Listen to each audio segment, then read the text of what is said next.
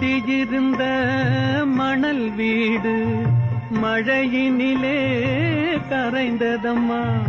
கொண்டு வந்த ஆசையெல்லாம் வந்த வழி சென்றதம்மா.